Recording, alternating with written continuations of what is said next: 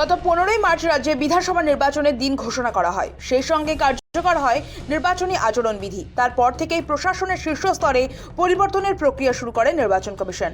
মুখ্য সচিব, স্বরাষ্ট্র সচিব, ডিজিপি থেকে শুরু করে জেলা শাসক ও পুলিশ সুপার বিভিন্ন পদে বদল আনা হয়েছে। তারই ধারাবাহিকতায় ওসি থেকে বিডিও পর্যায়েও এই ব্যাপক রদবদল হয়েছে। তবে একসঙ্গে এত আধিকারিককে বদলের সিদ্ধান্ত একবার আইনি লড়াইয়ের পথে হাঁটল তৃণমূল। সোমবার কলকাতা হাইকোর্টে নতুন করে মামলা করার জন্য প্রধান বিচারপতির দৃষ্টি আকর্ষণ করেন তৃণমূল সাংসদ তথা আইনজীবী কল্যাণ বন্দ্যোপাধ্যায়। আদালত এই মামলার অনুমতিও দিয়েছে। নির্বাচন কমিশনের নির্দেশে মোট 267 জন আধিকারিককে বদলি করা হয়েছে। এর মধ্যে রয়েছেন বিডিও, থানার ওসি ও আইসিরা। রবিবার সন্ধ্যায় একসঙ্গে রাজ্যের 173টি থানার ওসি ও আইসির বদলির নির্দেশ জারি করা হয়। সেই তালিকায় ছিলেন 184 জন পুলিশ আধিকারিক।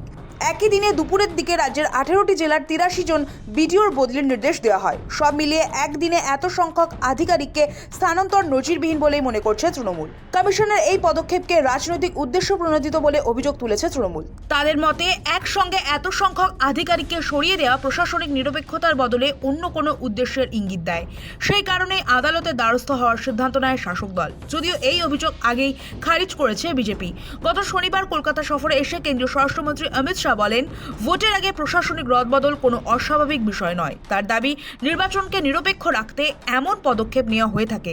পাশাপাশি কটাক্ষের সুরে তিনি মন্তব্য করেন, বাংলার বিষয়টি বড় করে দেখা হচ্ছে, কারণ এখানে অধিকাংশ আধিকারিকই তৃণমূলের কথা শুনে কাজ করে। देखिए, देश भर में जहां जहां चुनाव होता है, जिन अधिकारियों के कामकाज पर सवाल उठे हुए हैं, चुनाव आयोग उसके ट्रांसफर पोस्टिंग में दखल देता है। वो पूरे देश भर में हो। बंगाल में इसलिए ज्यादा दिखता है कि यहां सारे अधिकारी ही एक प्रकार से इनकी कैडर बन गए, तो यहां कुछ ज्यादा दिखाई पड़ता है। परंतु ममता बनर्जी जी अगर ये सोचती है कि विक्टिम कार्ड खेलकर हम सिंपैथी प्राप्त करेंगे, तो आपको कॉन्क्रीट मुद्दों का जवाब देना पड़ेगा और इससे बच नहीं पाओ। যদিও তৃণমূল বলছে এই পদক্ষেপ রাজনৈতিক উদ্দেশ্য প্রণোদিত। অলিখিত জরুরি অবস্থা জারি করে ভোটে যেতে চাইছে বিজেপি। কমিশনকে একযোগে আক্রমণ শানিয়েছে তৃণমূল। আমরা দেখেছি একটা ঢালাও রদবদল করছে, নজিরবিহীন। অলিখিত জরুরি অবস্থা জারি করে যেন ভোটে যেতে চাইছে, তারপরেও হবে। এই ক্ষেত্রে আমরা দেখেছি বাংলায় যারা কাজ করছেন তাদের সরিয়ে অনেক বাইরে থেকে অফিসার এনে এখানে বসিয়ে দেওয়া, এবং তারা হচ্ছে সম্পূর্ণ পক্ষপাত দুষ্ট, বিজেপির ক্যাডার, বিজেপির ব্যাকগ্রাউন্ড, বিজেপির লোক। সব মিলিয়ে প্রশাসনিক বদলি ঘিরে রাজনৈতিক চাপানোতর চরমে উঠেছে। এই পরিস্থিতিতে কলকাতা হাইকোর্টে দায়ের হওয়া মামলার দিকে নজর রয়েছে রাজনৈতিক মহল থেকে প্রশাসন সব মহলেরই।